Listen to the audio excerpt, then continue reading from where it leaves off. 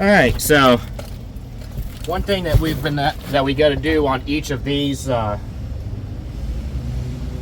we go up through these gables is we have these braces right here supporting the fly rafter.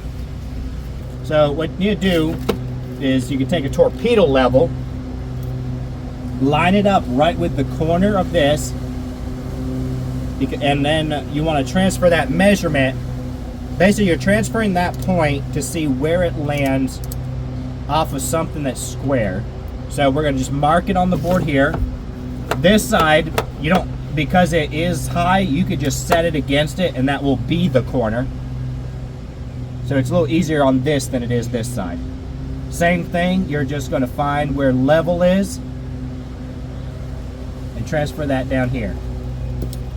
You got that? Then, next thing is you need to make sure that your tape's going to be straight. So there's a 1/2 inch notch in the back here for it to set on top. But what you want to do when you're putting this stuff in because of swelling is you want to basically set it on it and pick it up 1/8. So with that being the case, I'm going to make these marks at 3/8. And that way you can make sure that your tape is going straight from here.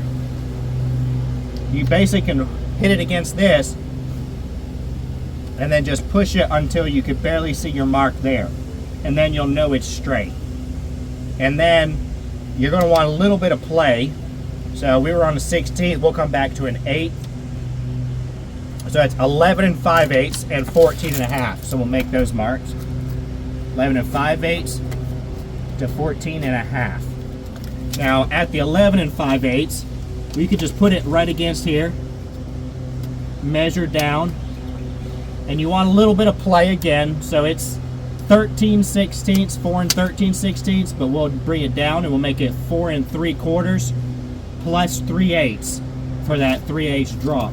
So that's going to be 5 1/8.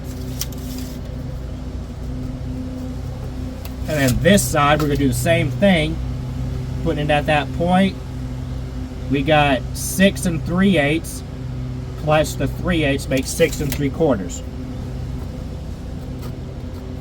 So those are our reference points. Now we're just going to put them on the board. All right, so we have our first two measurements that we did, which was 11 5/8. We're going to make that mark down here on the end, and 14 1/2.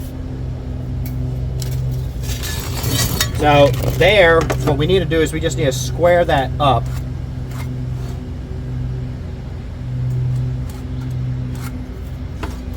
And then 5 1/8 was where this joint is. And then 6 3/4. Which means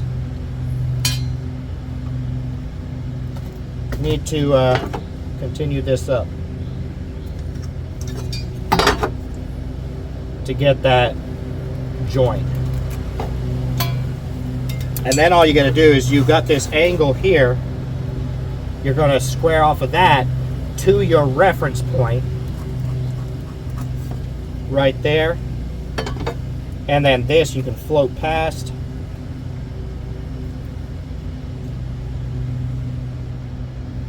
A little bit difficult to get the mark right on this one because it's in this dovetail. And then you just got to connect from point A to point B. And this is what you're cutting out. These were just reference marks. They are not needed to be cut or nothing. But you're going to cut this out right here. And it looks like the next one we'll have to cut just a little bit, but that'll be fairly easy. We'll just have to cut the point off or something. We'll figure that out, but that's going to be figured out the same way. So with that, Tyler's going to go cut that, and then we'll put that piece in. We got to get the end passed so we can slide up into it. There we go. Look at that. Nice and pretty.